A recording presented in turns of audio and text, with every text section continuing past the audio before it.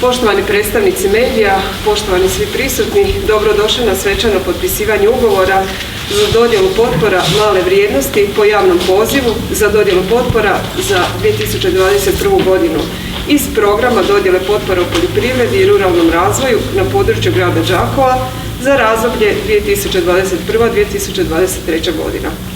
Potpore se dodjeljuju za veljaču i ožujak. Gradonačelniče, izvolite. Hvala, dobro jutro svima. Kao što je Maja uvodno i rekla, danas ćemo potpisati prvih 28 ugovora za dodjelu potpora iz programa za poticanje poljoprivrede za ovu godinu. Podsjećam samo da javni poziv i dalje je otvoren, tako da korisnici, svi oni koji su prihvatljivi prijavitelji mogu se i dalje prijavljivati. Znači danas potpisujemo 28 ugovora vrijednih 225.000 kuna, a do onih 600.000 kuna kako je proračunom predviđeno, znači još tijekom godine mogu se prijavljivati potencijalni korisnici. Podsjetit ću samo da je ovo zapravo nastavak mjera, odnosno programa potpora u poljoprivredi koji smo imali u prethodnom trogodišnjem razdoblju, iz kojeg je u malim poljoprivrednicima na području grada Đakova isplaćeno nešto preko 1 milijun kuna. Ukupno čini mi se da je bilo 118 ugovora, evo i na taj način grad Đakovo dalje nastavlja podupirati naše male poljoprivrednike, da li u smislu obrta u poljoprivredi, da li OPG-ova. Još možda informacija, ako vas bude zanimalo, što se tiče potpora za gospodarstvo, odnosno za male poduzetnike i obrtnike, pri kraju je zapravo postupak ocjenjivanja, tako da kroz koji dan očekujemo potpisivanje i onih drugih mjera vrijednih preko 2 i nešto milijuna kuna.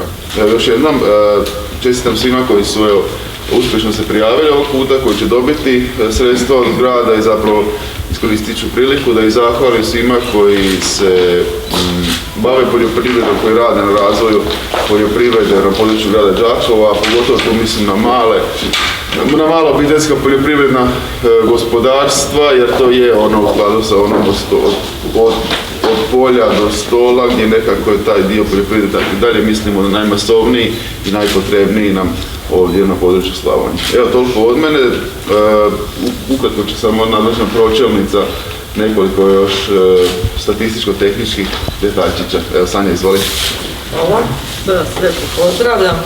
Evo, danas je pred nama potpisivanje, kao što je rekao gradonačelnik, ukupno 28 ugovora za 20 korisnika, ukupne vrijednosti 225.027,11 kuna i mjere koje su bile na raspolaganju su iskorištene u iznosu, to znači 225.000, s time da ovoga puta nismo imali prijavljenih na mjeru 3, potpora za ulaganje u kontrolu plodnosti tla, ali smo imali najviše prijavljenih na potporu malim poljoprivrednim gospodarstvima i to u vrijednosti 100.871 kunu.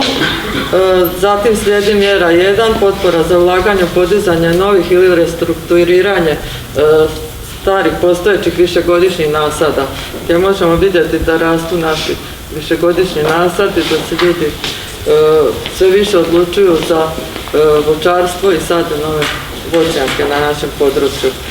Zatim mjera 2, potpora za ulaganje ili građenje i opremanje zatvorenih zaštićenih prostora i objekata. Tu prvenstveno mjeru dodjeljujemo za plastenike i evo i danas je s nama jedna od proizvođača, gospođa Grgić Marina, koja ima OPG već godinama, obitelj prodaje uspješno na našoj tržnici, jedni su od najstarijih proizvođača na našoj tržnici. Evo, pozivamo i dalje, znači, poljoprivrednike da se prijave, natječaj je otvoren do 1. prosinca, odnosno do iskorištenja sredstava.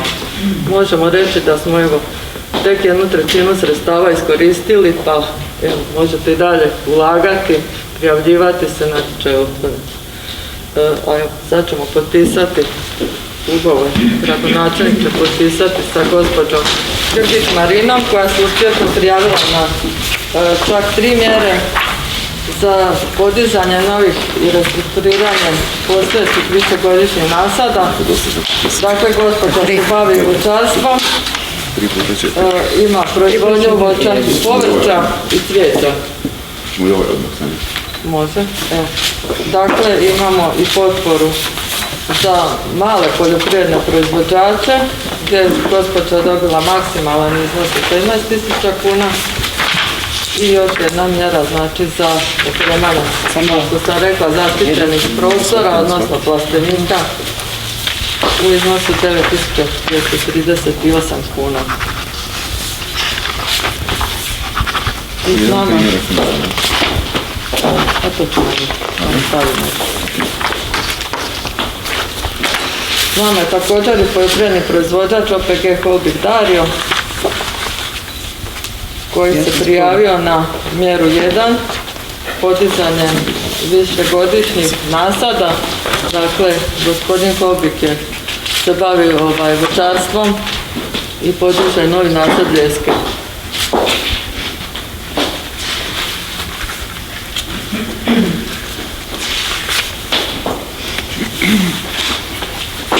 Ono što možda još bitno dodati, da iz ovih mjera i prošlogodišnjih i ovogodišnjih, dakle u proteklom programskom razdoblju i ovom novom koje smo započeli, možemo vidjeti da naši poljoprivredni proizvođači dobivena sredstva ponovno ulažu u poljoprivredu, u svoje nasade, u svoju poljoprivrednu proizvodnju, što je bio cilj, dakle, ovih mjera koje je grad propisao.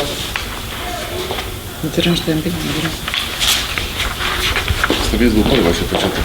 Ja sam prije.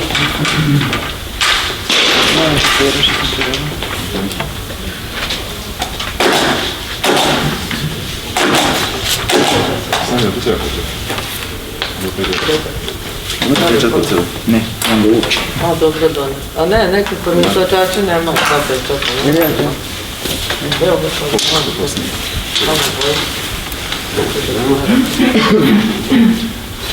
To. jedan. Dobro. Evo možeš gradonačelniče, svečano ruci. Gospodin Dario. Još dok nisam kao dan, nisam slikao. Dobro da ste poslije mraza počeli, jel da? Evo ga, da vas vaše dete malo. Hvala. Izvolite. Vidimo se. Možemo. To je to. Slobodno. Prošle godine završili smo prvi trogodišnji zapravo ciklus programa potpora u poljoprivredi i ruralnom razvoju, kroz koji je grad Đakovo dijelio potpore svojim malim poljoprivrednicima. Podsjetit ću samo, u proteklom trogodišnjem razdoblju isplaćeno nešto preko 1 milijun kuna potpora, čini mi se 118 korisnika. Ovog puta danas smo potpisali prvi 28 ugovora iz ovogodišnjeg programa potpora poljoprivredi i ruralnom razvoju, vrijednih 225.000 kuna. Podsjetit ću samo da proračun imamo predviđeno 600.000 kuna, tako da javni poziv i dalje je otvoren. Iskoristit ću ovu priliku da pozovem sve druge male poljoprivrednike da se jave u grad Đakovo na naše potpore.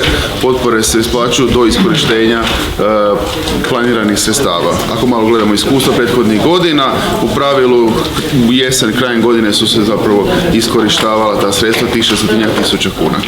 Evo, nadam se da će i ove gradske mjere pridonijeti razvoju poljoprivrede, razvoju malih OPG-ova koji jesu i trebaju biti stup poljoprivredne proizvodnje Republike Hrvatske.